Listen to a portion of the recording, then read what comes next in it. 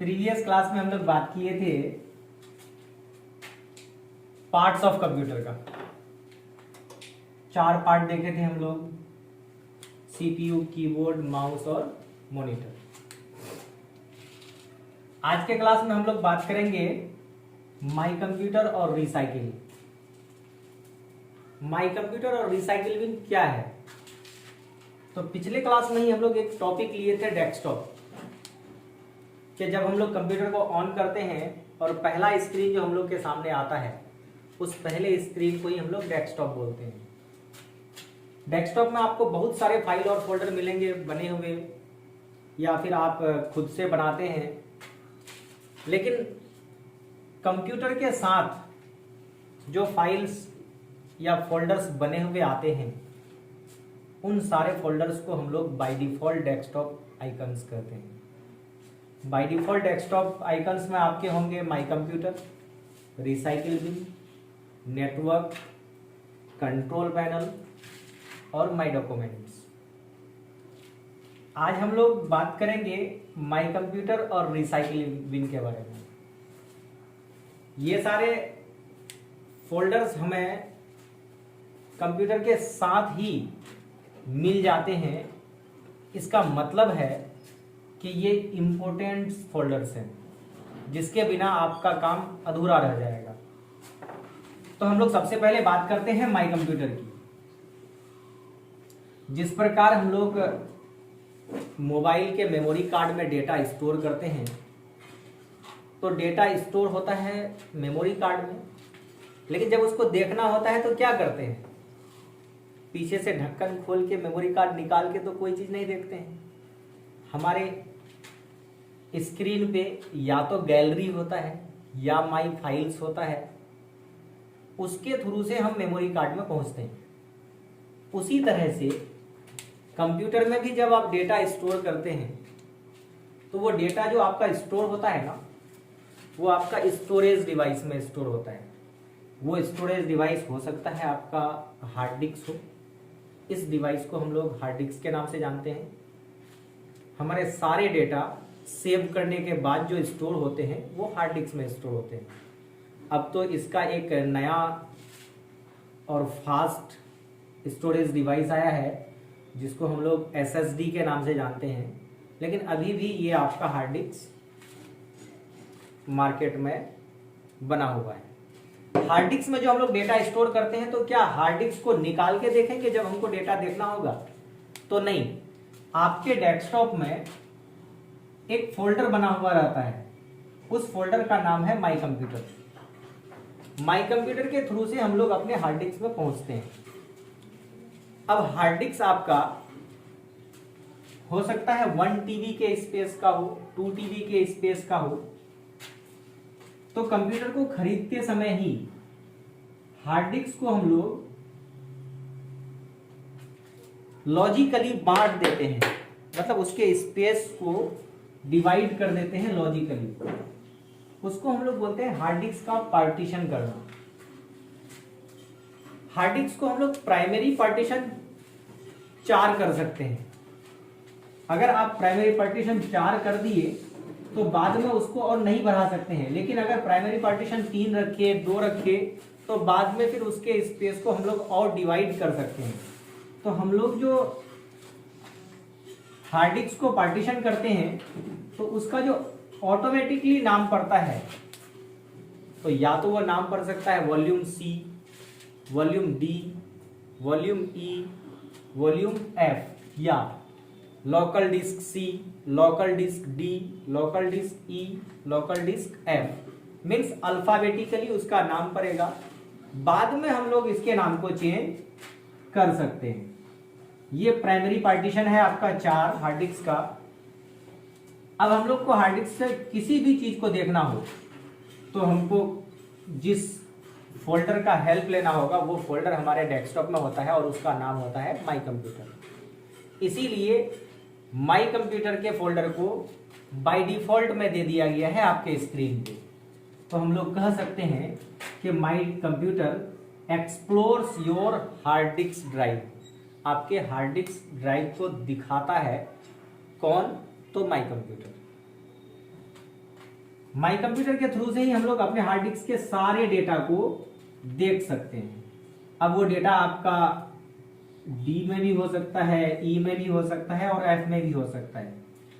लेकिन सी की बात हम लोग करते हैं तो सी को हम लोग रिजर्व ड्राइव के रूप में रखते हैं। रिजर्व ड्राइव मीन्स कि जब हम लोग कंप्यूटर को खरीदते हैं तो उसमें हम लोग ऑपरेटिंग सिस्टम डालते हैं। ऑपरेटिंग सिस्टम क्या? तो वह प्रोग्राम या सॉफ्टवेयर जो आपके कंप्यूटर को ऑन कराने के लिए हेल्प करता हो, उसको हम लोग बोलते हैं ऑपरेटिंग सिस्टम। तो ऑपरेटिंग सिस्टम बाय डिफॉल्ट में सी ड्राइव में जाके स्टोर होता है और ऑपरेटिंग सिस्टम्स के सारे फाइल फोल्डर हमारे सी ड्राइव में जाके रहते हैं। तो फिर हम लोग अपना कोई फाइल फोल्डर सी ड्राइव में नहीं रखते हैं। रीजन आपको आगे पता चलेगा कि क्यों नहीं रखते हैं, इसीलिए हम लोग सी को रिजर्व ड्राइव के नाम से जानते हैं। अब आप अपना डेटा डी ड्राइव में भी रख सकते हैं, ई ड्राइव में भी रख सकते हैं और एफ ड्राइव में भी रख सकते हैं।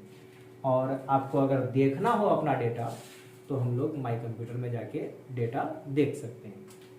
उसके बाद एक और आपका फोल्डर रहेगा रिसाइकिल बिन।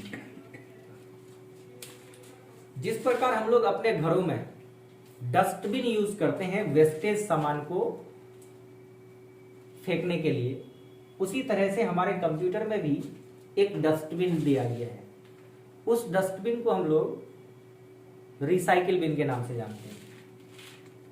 आपका जो फोल्डर है या कोई फाइल है, अब वो आपके काम का नहीं है तो आपको उसको और कंप्यूटर में रखना नहीं है, क्योंकि वो आपका स्पेस लेगा।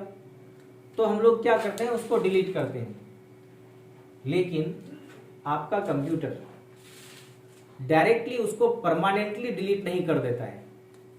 आप जब किसी फाइल या फोल्डर को डिलीट करते हैं तो वो फाइल और फोल्डर आपका आपके कंप्यूटर में ही किसी अदर लोकेशन पे मूव हो जाता है, और जिस लोकेशन पे वो आपका फाइल फोल्डर मूव होता है उसी लोकेशन को हम लोग रिसाइकिल बिन के नाम से जानते हैं।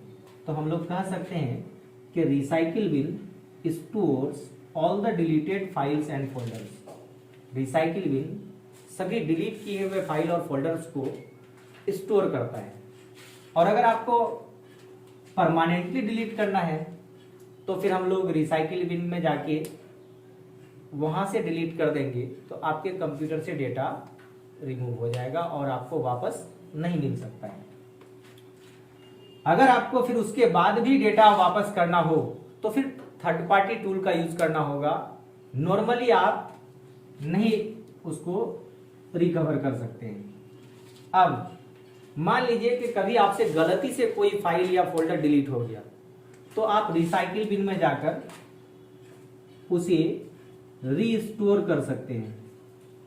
रीस्टोर करने से क्या होगा कि आपका फाइल और फोल्डर जहां से डिलीट हुआ था फिर आपका फाइल फोल्डर वहीं पे जाके स्टोर हो जाएगा।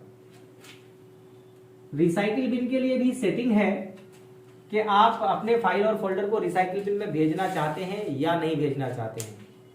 अगर भेजना चाहते हैं तो ये बाय डिफॉल्ट सेटिंग है, और अगर नहीं भेजना चाहते हैं तो आपको आपके रिसाइकिल बिन में जाके उसके प्रॉपर्टीज में जाके आपको ये सेटिंग करना पड़ेगा कि नहीं, हम कोई भी फाइल डिलीट करें या कोई भी फोल्डर डिलीट करें तो डायरेक्टली हमारे कंप्यूटर से वो डिलीट हो जाए, हमारे रिसाइकिल बिन में नहीं पहुंचे। क्योंकि जब आप नॉर्मली डिलीट करते हो तो आपको एक मैसेज आता है कि are you sure you want to move this file या folder to the recycle bin. तो हम लोग वहां पे कहते हैं यस। इसका मतलब क्या हुआ, आपको एक कंफर्मेशन पूछता है कि क्या आप अपने फाइल और फोल्डर को जो डिलीट कर रहे हैं उसको रिसाइकिल बिन में भेजना चाहते हैं। अब अगर आपने सेटिंग कर रखा है कि नहीं हमें रिसाइकिल बिन में नहीं भेजना है तो आप नॉर्मली भी डिलीट करेंगे तो आपके सामने एक डायलॉग बॉक्स खुलेगा कि are you sure you want to permanently delete this folder या फाइल। तो अगर हम लोग रिसाइकिल बिन के सेटिंग को परमानेंटली डिलीट में रखते हैं तो आपका कोई भी फाइल और फोल्डर रिसाइकिल बिन में नहीं पहुंचेगा, और बाय डिफॉल्ट में आपका फाइल फोल्डर रिसाइकिल बिन में चला जाता है। फिर वहां से हम लोग वापस ला सकते हैं। एक बार आपको यहाँ पे दिखा रहे हैं हम, कैमरा मैन थोड़ा सा कैमरा को स्क्रीन की तरफ लेके आइएगा।